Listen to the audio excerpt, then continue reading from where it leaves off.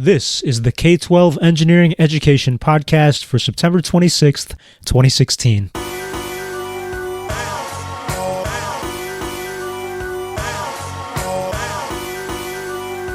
I'm Pius Wong, your host today, together again with mechanical engineer Sadhan Sathyaseelan, who also develops engineering curricula for high school. Sadhan was educated in both India and the USA, and I wanted to ask him, how do you think engineering education in the US compares to the experience in India?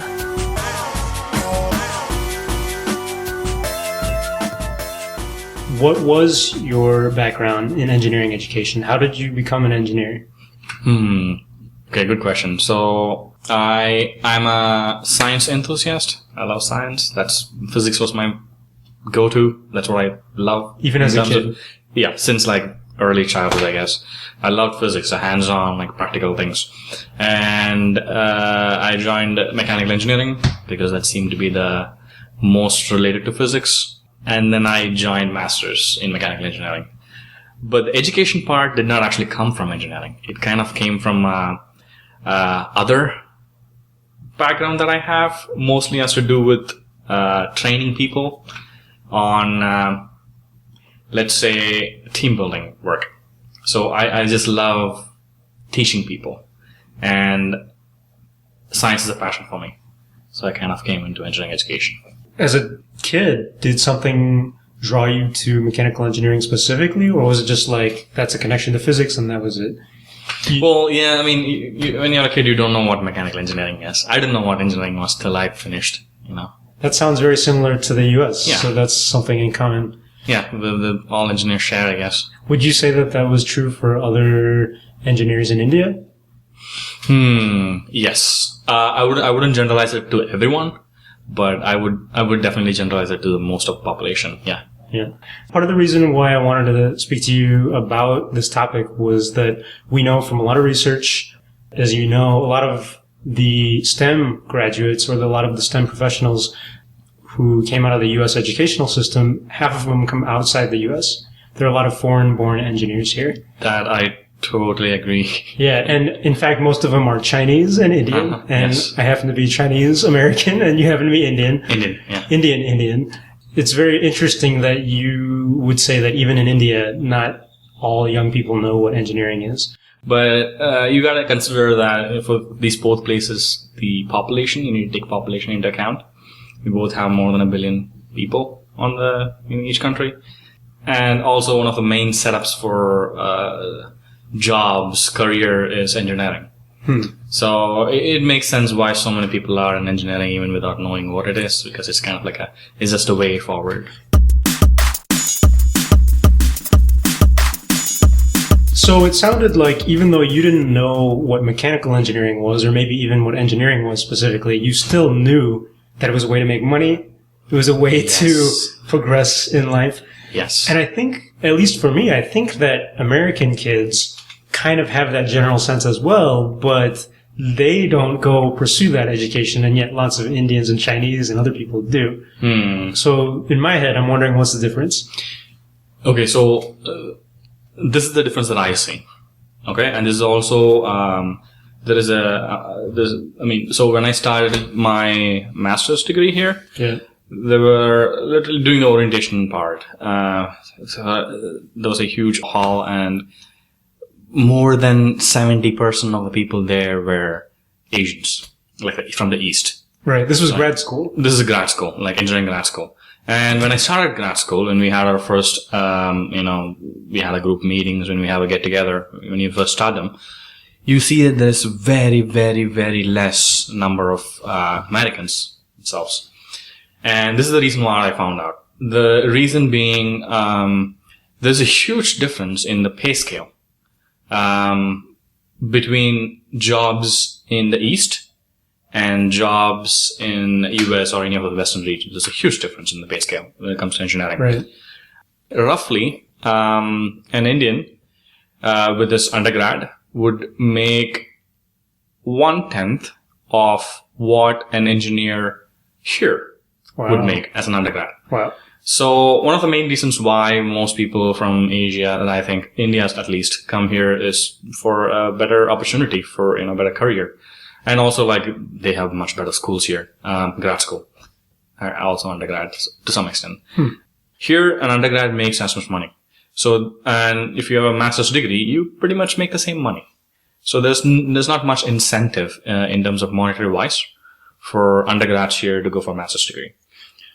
Unless you're actually very, very passionate about the subject. Right. So you're specifically talking about grad school, by the way? Yes. So that's interesting because the research says that at least for Indians studying in the U.S. for STEM degrees, there are very, very few undergrads from India coming here, but there are lots and lots of grad students.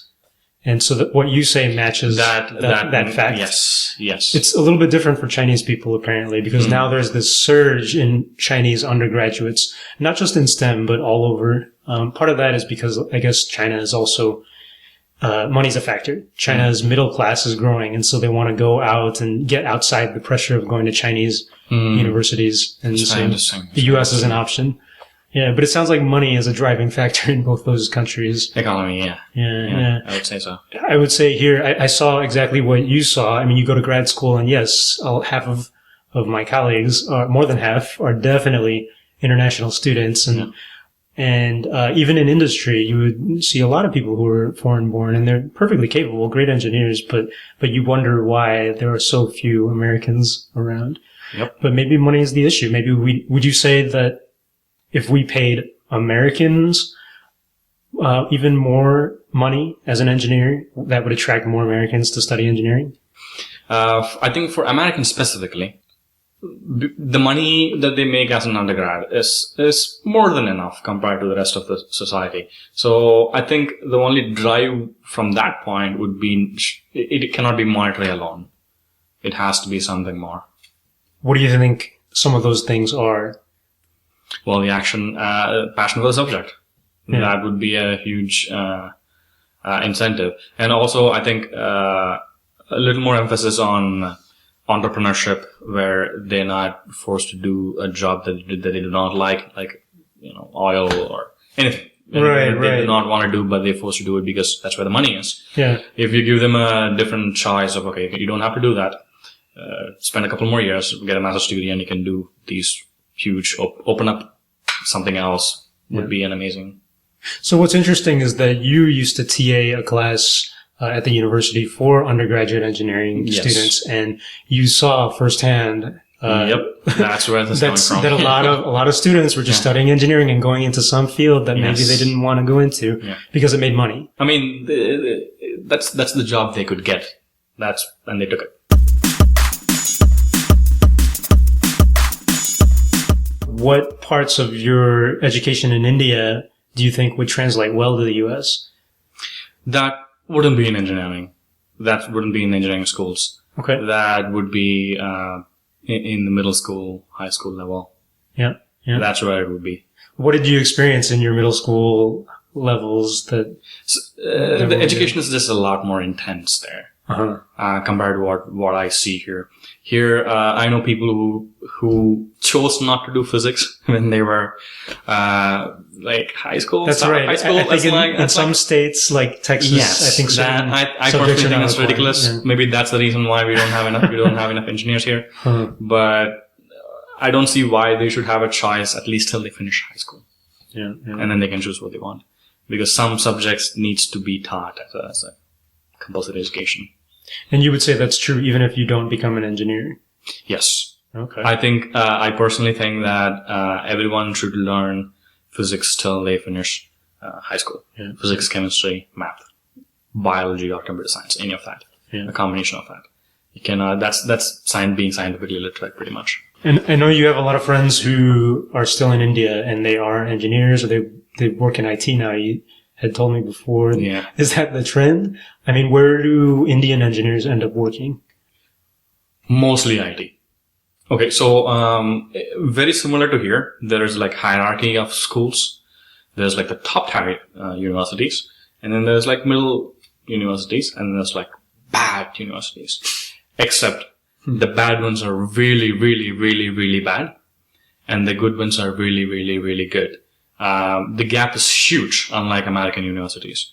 Here, I don't see that much of a gap in the quality of education. There is a gap, definitely, but not as much as Indian universities. There's at least 10 times the magnitude in terms of the quality of education. And what do you mean by that? Like the people who graduate, at these top tier schools, they get better jobs, they know more. Like, what does that mean? They just have a more holistic education because they have access to better teachers. That would be my first point. Teachers who are actually professors who actually are into engineering versus professors or teachers who are teaching engineering because it's a job for them. So there's a huge difference between that. Interesting. So there are literally professors, I'm doing double quotes with my hands. Yeah. So they are, I would, under no circumstance would I ever consider them professor when it comes to what they know, except for the title. And then, so what aspects of the U.S. education system that you've seen, because you've been in grad school here, what aspects of the U.S. system are great? Okay, this is like a great point. And this is also one of the main reasons why a lot of people come here for higher education. Yeah. Because here, professors treat you as an equal, which is a huge deal. And they know what they're talking about. One, they have been in the field. They learn it. It's not just maybe some people do it as a job, but for the most part, it's not just a job for them. They're passionate about the subject. And they're always at the edge of what's happening in terms of research. They're always researching new things. They're always looking to expand and, the knowledge that they have and also like impart it on it. That is interesting because since the U.S. system is how it is and money isn't necessarily driving everything, the people who make it to the top of their schools and the professors, they really love what they do or they wouldn't be there. It's a cultural phenomena compared to India. And I'm sure there are those professors in India as well, but you're saying that there are probably a lot of lower tier schools where it's just a job? Yes. Where if you have an undergrad and you go to a two-year master's degree in Indian university, you can become like a lecturer, like immediately. That's a job option people have. Then what other aspects of the Indian education system for engineering could be improved? So one thing I'm certain about is that you cannot completely change the Indian education system because there's a lot of external factors that come into play. And one of the reasons why IT is a huge industry is because of the economy it brings us. Right. And also manufacturing. Right. So you cannot just take them away. Because when IT people employ engineers in India, they're not really employing us for what engineering you know. It's just about can you learn programming. Right. Pretty much that's where it comes down to. So they have their own 6 to 10 months of training before they put you on a project in the big IT companies. So that's where you learn all the programming. So everything you learn till that point is irrelevant. That's interesting because I've heard that being said about the engineering degree in the U.S. as well, that the engineering degree is becoming the new liberal arts degree. Because how the liberal arts degree used to be the generic degree that you would get to prove that you could learn. It seems like engineering is now going to be that. And I wonder if engineering is just some kind of badge of knowledge now. I think that's where it is now. I mean, that's also a reason why people come here to do their masters.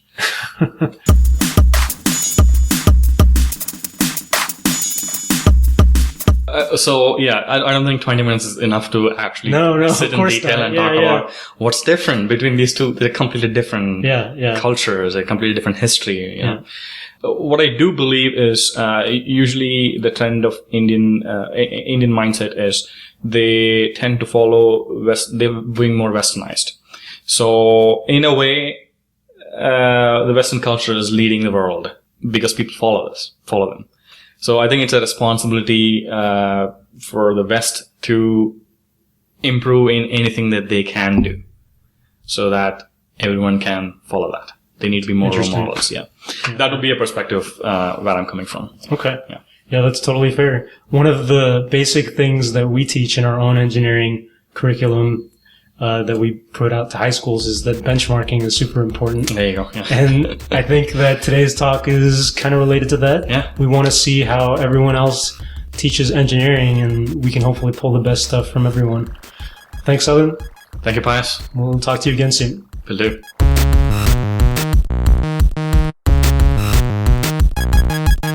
So what do you think?